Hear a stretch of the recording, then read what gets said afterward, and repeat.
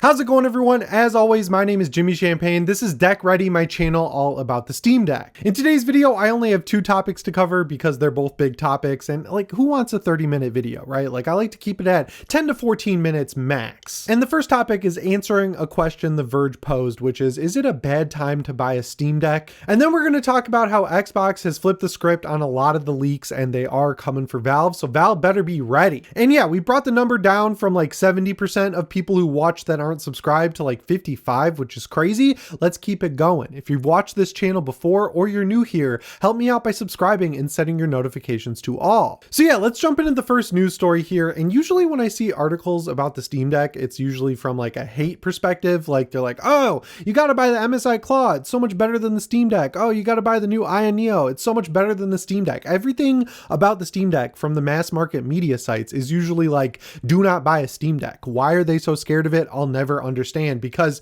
if you use it, you'll understand how freaking amazing it is to use in general. I was going to say like in everyday life, but like in general, it's just a great device. But this article from The Verge is different, and The Verge is usually great, so I'm not really surprised. But yeah, they've basically posited 4 reasons why it's a bad time to buy a handheld, and I figured we go through them and try to apply these reasons to the Steam Deck. The first reason is the best handhelds are sold out. That one's definitely legit. The Steam Deck OLED, either version, 512, 1 terabyte, both of them are sold out till the end of the summer on the Steam store. So you have to wait if you want to get an OLED. I would say it's probably worth grabbing the $400 model if you don't have a Steam Deck already and you want to get up to speed with everything related to it, because, you know, it's 3 years old. They are working on a Steam Deck 2. I am firmly in the camp that it's coming at the latest, the end of 2026. So like, if you get the cheapest one now and save up your money for the end of next year, you'll have enough money to get a Steam Deck 2 and you'll already know what's going on. It'll be kind of like the Switch to Switch 2, or if you like played on the Switch 2 for the past 7 years or whatever, when you get the Switch 2, it doesn't feel like an amazing new thing. It just feels like a big, good upgrade in performance, visuals, and everything else. I did notice that the Z1 version of the ROG Ally is out of stock, so like the cheapest model. I would not buy that even if it was in stock. It's not good in terms of performance. Even if you install SteamOS, it's like decent. I just like would stay away from that because it's like really overpriced for what it is. The Z1 Extreme version of the Ally is readily available. I checked before I recorded this video, and the Ally X is always fluctuating in stock. It seems like people are buying that thing mainly to install SteamOS, which is pretty cool. So that one's not fully out of stock. And I just checked Best Buy. The SteamOS version of the Legion Go S is available, and the Windows 32 gigabyte version is available. If you buy that, it's a little more expensive than the SteamOS one is going to be, but you get 32 gigs of RAM, so you could install SteamOS on it and get the best performance. So like, yeah, the best handheld is the Steam Deck OLED, and it's out of stock. So that point definitely holds water. I think Valve needs to figure this out, because the second topic we're talking about is Microsoft getting ready to release their handheld operating system. So you want to have Steam Decks available up until then to make sure you get enough out there to continue supporting it. The second point is another one that's really interesting. A lot of the Windows handhelds are getting price bumps mainly because of the tariffs and the supply chain issues. So like they're a little more expensive, and you're already paying a premium for the Windows 11 equipped versions of these handhelds in the case of the ones that have a SteamOS version. So like you're getting more money slapped on top of more money you're already paying for that Windows 11 license. The pricing system on these handhelds is out of whack. I know everyone in the Xbox field is excited for the ROG Ally Xbox edition, but like, I do not see a world where that thing is less than $900. I think $900 is being conservative. I think that thing's going to come out and be $999 for the Extreme version. It's just crazy how expensive these things are, and it really makes me happy that Valve has a system in place where they can at least subsidize a little bit of the cost for the Steam Deck LCD version. The OLED is probably like right in line of breaking even or maybe a little profitable, but even when you compare it to the other handhelds on the market, you get a deal no matter which Steam Deck you can buy, if you can buy it, because, you know, the best ones are out of stock. And then the third point's kind of interesting because it just feels like they're reaching to get a third point, but they say the third tier handhelds are riddled with compromises. If you have a Steam Deck, I would say any other handheld is riddled with compromises. The Legion Go S is the best competitor, I would say, because, you know, it has SteamOS, so it's like just a performance bump for largely a similar experience with the 1200p screen, but it only has one trackpad and it's absolutely tiny. I finally got my hands on one and I tried that trackpad out and it was working fine. I've seen reports that it kind of bugs out on SteamOS and just stops working, but like I would never use that trackpad. I know a lot of people don't use the trackpads on the Steam Deck. They're really missing out because they're awesome. That tiny little trackpad just sucks. It's not good. I would prefer not to have it because I'm sure it eats a little battery life in the thing to not really have much function. And I wish they just would have put two. Like if you're going to include one trackpad, just put one on the other side. It's not like it's taking up that much room with how freaking tiny it is. It's like on the new 3DS, the little nub that they added to be a right joystick that was terrible. It's kind of like the Steam Deck version of that. But then everything else I would say is largely very inferior to the Steam Deck. Like I've played with every handheld, whether it's the Legion Go S, ROG Ally, Ally X. Ally and Ally X are two of the least comfortable handhelds I've ever used. Like the button placement is fine and I like the actual buttons, but the fact that they're so angular and sharp makes them uncomfortable to hold after a while. It's kind of like the Switch 2 being so thin. The Legion Go S feels good when you pick it up, but when you have to play a game like Elden Ring Night Rain or any game where you're using the bumpers a lot, like Dying Light, that's a game I'm playing right now, the bumpers are in a weird spot where they're kind of hard to reach and you take enough of your finger off the actual handheld to where it feels like you might drop it. So while that one's a good step in the right direction, I still don't think it comes anywhere close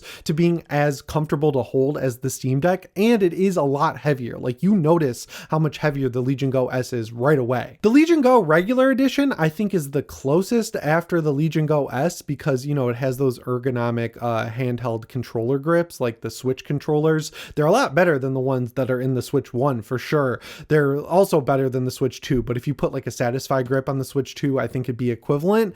But like the screen is so heavy and it's so big that the thing is wide. It's a weird position to hold your hands in with the screen being so wide and so tall. So like I still don't think that one's really coming anywhere close to the Steam Deck's comfortability. So like every single handheld has major trade-offs, right? Like, I mean, most of them have needlessly high resolution screens. There are some games you can run at 1080 or 1200p, but the vast majority of them, I mean, you're using 800p or 720p and upscaling with RAS. And at that point, why is that screen there? Also, the controls are kind of a crapshoot depending on what you prefer. The D-pad on the ROG Ally is terrible.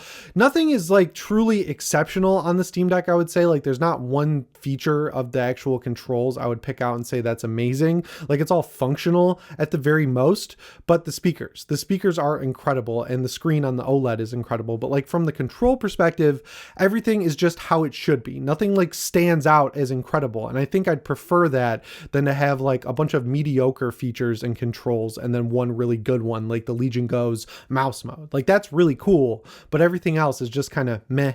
And the last point is kind of the best point, but it's also a little bit of a paradox because it's if you wait, the entire state of handheld gaming will improve.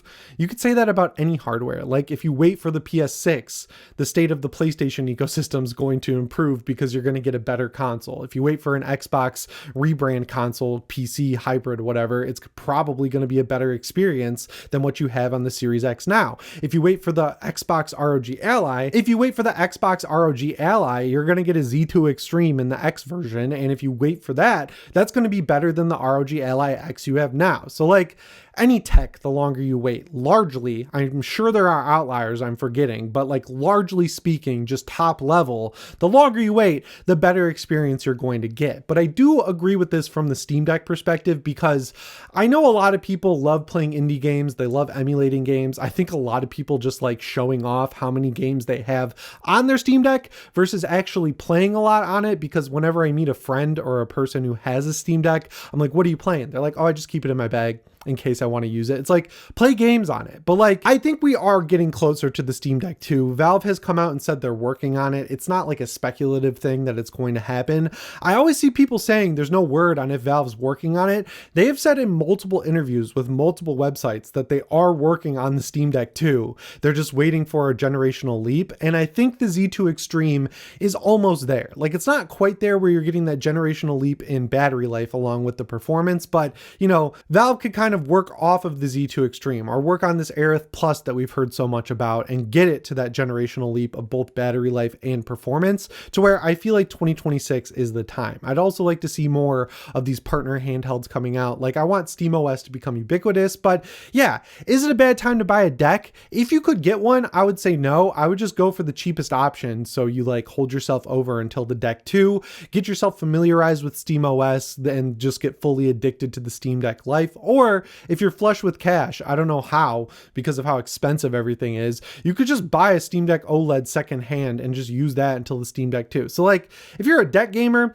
I don't think it's ever a bad time to buy a Steam Deck, but like it just sucks that you can't buy one right now, even if you wanted to. But yeah, speaking of Xbox, let's move on to the second news story here because this stuff is getting really interesting. So all the leaks in the past couple of weeks were like Xbox's internal handheld is effectively canceled. Then Sarah Bond comes out and does a huge announcement where they're like, hey, we're partnering up with AMD, and not only are we building a console for your living room, we're building a console for your hands. And they specifically said they are the ones building it. So that basically says that it's not canceled, the internal actual handheld, but they also confirmed that it's the future of Windows and it'll be able to play your regular Xbox library. So they probably figured out their own version of Proton, for lack of a better term, where it can like emulate Xbox 360, Xbox Original, Xbox One, Xbox Series X. So on this new gen console, you'll be able to pick between the PC version with Play Anywhere or the Xbox version that probably has preset settings. And honestly,